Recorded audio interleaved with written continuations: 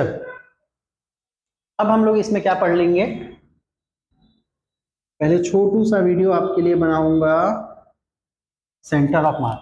हम लोग जो सेंटर ऑफ मास को डिस्कस कर रहे थे तो उसमें सबसे जो लोग ये वीडियो देख रहे हैं वो लोग पहले सेंटर ऑफ मास का बेसिक वीडियो देख लेना।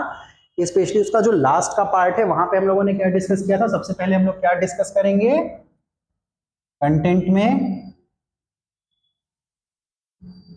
सिंपल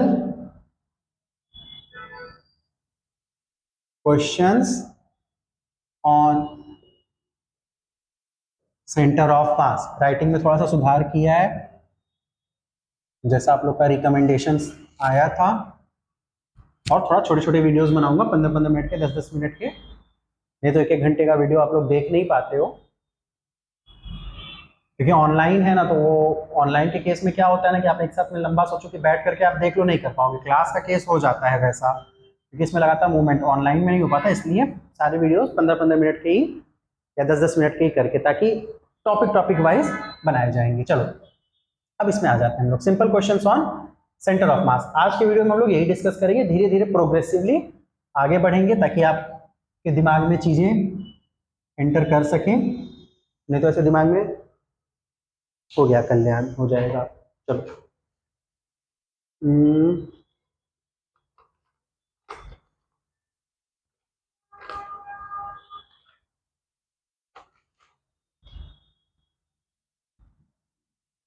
ठीक है। सिंपल क्वेश्चंस में हम लोग क्या डिस्कस करेंगे ऑन सेंटर ऑफ मास। एक मास मान लो आप 5 kg दिया है और उसका कोऑर्डिनेट आपको दे रखा है 2, 3, -4। ठीक। जो दूसरा मास है ये m1 हो गया, ये m2 हो गया। ये लेटर से 12 kg दे रखा है आपको, और 3, 4, -7। और आपसे पूछता है इन दोनों का सेंटर ऑफ मास कहाँ है। सेंटर ऑफ मास का मतलब क्या होता है, वो पॉइंट जहां पे हम लोग पूरे सिस्टम को स्वाहा कर दें, मतलब पूरा सिस्टम एक जगह पे आकर के क्या हो जाए, कॉन्सेंट्रेट हो जाए। और दो की स्टडी करने से अच्छा है उस एक की स्टडी करें, ज्यादा फ्रूटफुल होगा। यूनिवर्स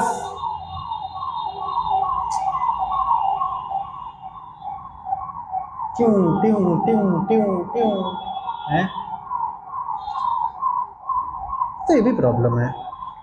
चलो यूनिवर्स के केस में क्या है, पूरे यूनिवर्स की स्टडी ही हो रही होती है सेंटर ऑफ मास और law of conservation of angular momentum के कॉन्सेप्ट को मिला के। वो जब यूनिवर्स से रिलेटेड क्वेश्चंस करेंगे तब उसमें थोड़ा सा समझेंगे। अब इसका क्या मतलब हुआ कि अगर इसका सेंटर ऑफ मास पता करना है तो position vector of centre of मास कितना होगा, m1 इंटू r1। तो आपको तुरंत ये दिखेगा, आप तुरंत इसका r1 लिख दो। r1 मतलब इसका पोजीशन वेक्टर, वो कितना हो जाएगा 2i cap plus 3j cap minus 4k cap. और इसके लिए आप तुरंत r2 लिख दोगे, कितना 3i cap plus 4j cap minus 7k cap. आज राइटिंग को थोड़ा सा ये किया, m1 इंटू r1 सिंपल, इतना फॉर्मूला आपने याद रखा होगा, अपॉन m1 प्लस m2।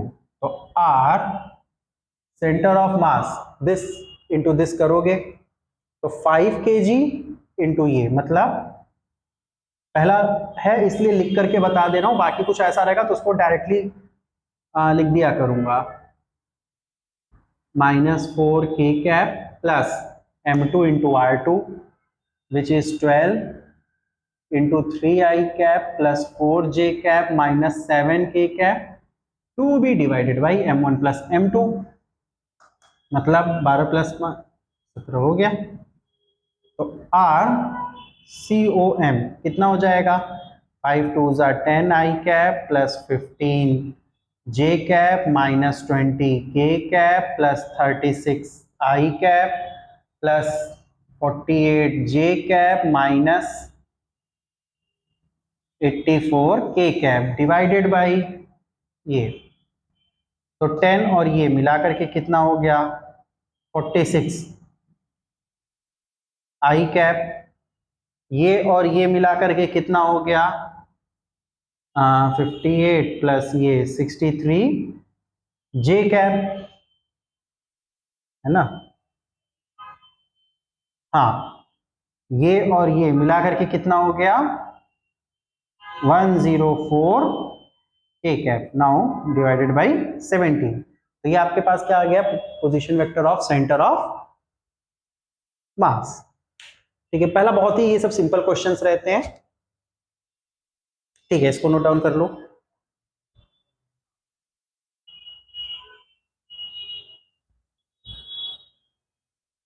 ठीक है, लिख लिया।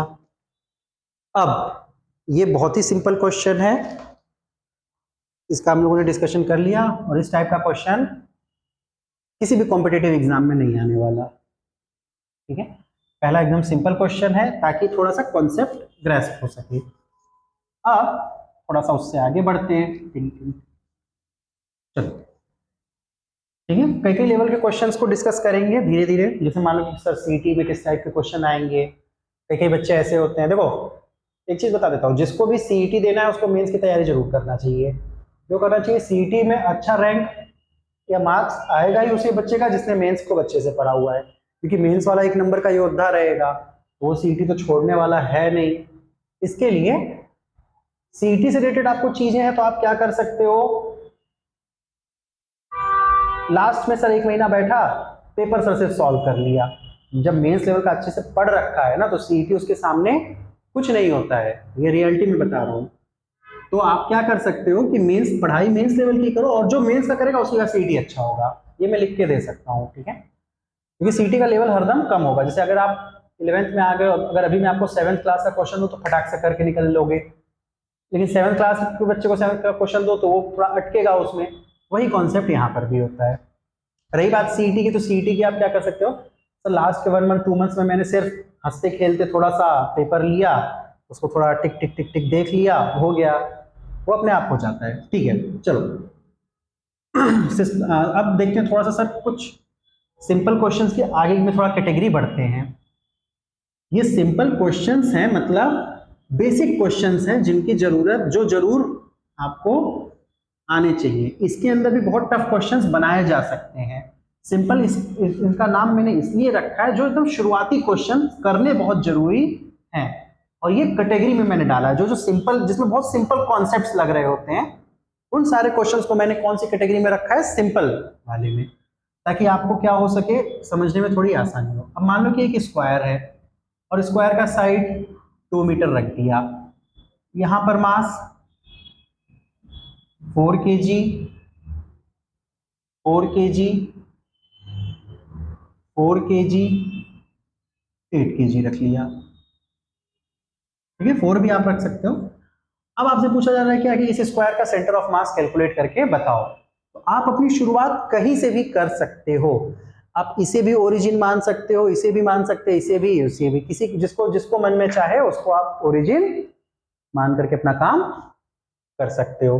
अब मोस्ट ऑफ द केस में लोग क्या होता है, इसको ही ओरिजिन मान रहे होते हैं, जो सही भी है, ज्यादातर केसेस में यही से होता है। बट हम ठहरे थोड़ी सी उल्टी बुद्धि वाले, मतलब आउट ऑफ द बॉक्स सोचने वाले। ऐसा नहीं कि दिमाग उलट गया है, हमने क्या किया, इसे ही ओरिजिन अपना मान लिया 8 kg को।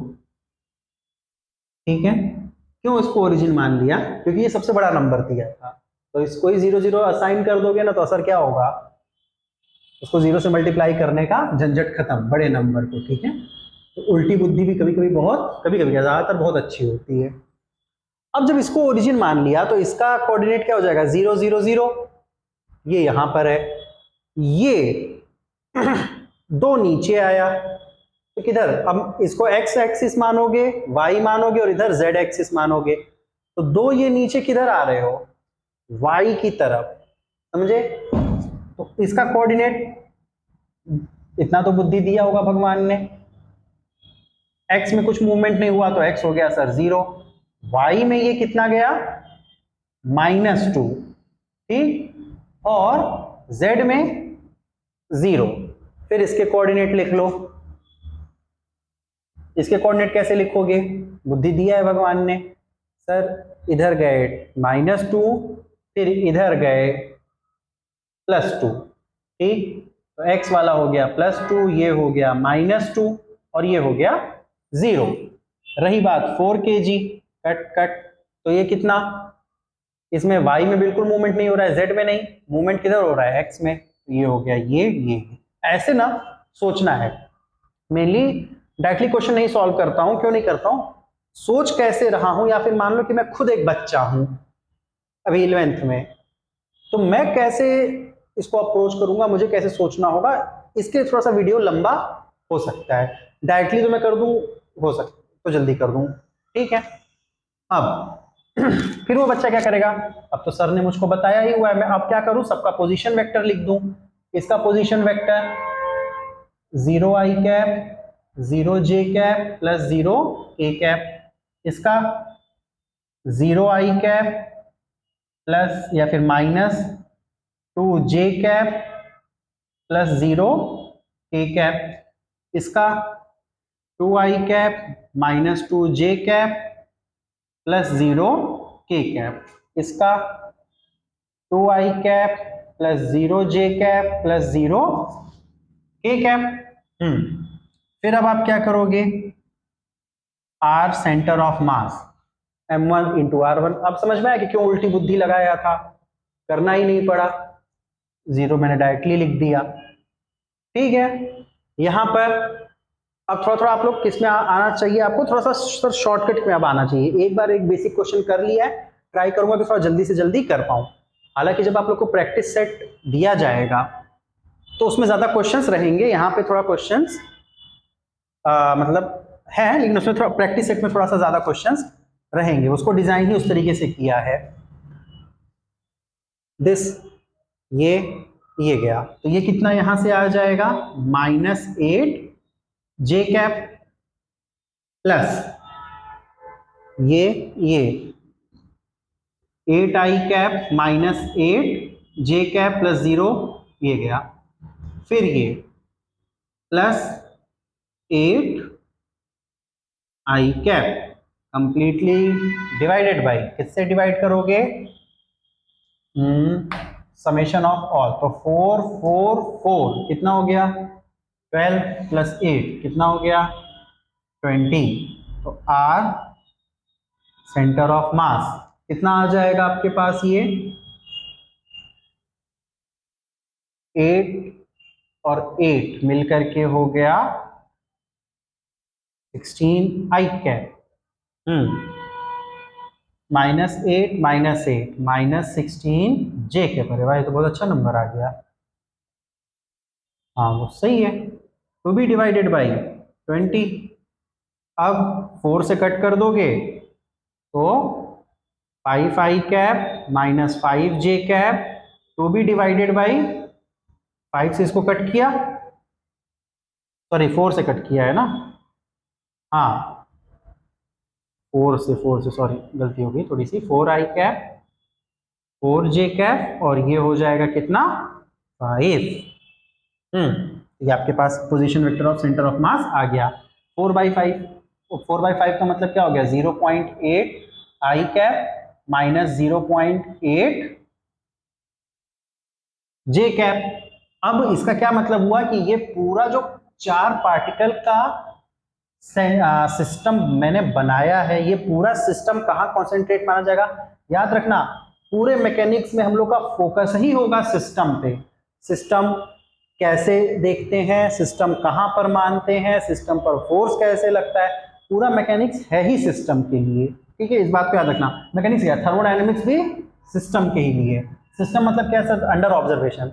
अब इसका क्या मतलब हो गया कि ये जो पूरा मास है वो कॉन्सेंट्रेट कहाँ पे माना जाएगा, इस जगह पे सर कॉन्सेंट्रेट माना जाएगा। और ये पूरा मास कितना है, 20।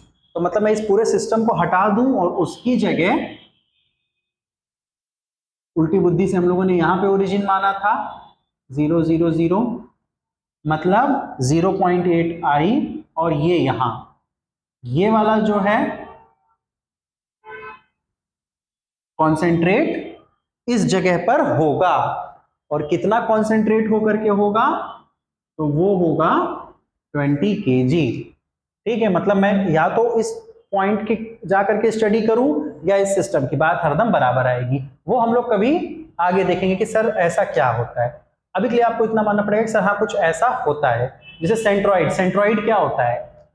वो पॉइंट जहां पर हम एरिया को कॉन्सेंट्रेट मान रहे होते हैं, मतलब पूरा एरिया कोई भी हो, स्क्वायर हो गया, ट्राइंगल हो गया, उसका एरिया कहां पे कॉन्सेंट्रेट माना जाएगा किसी भी फर्दर कैलकुलेशन के लिए, ताकि हम लोग सिस्टम की या एरिया की कॉम्प्लेक्सिटी में ना जाएं। इसके लिए हम लोग इसको पढ़ रहे होते हैं।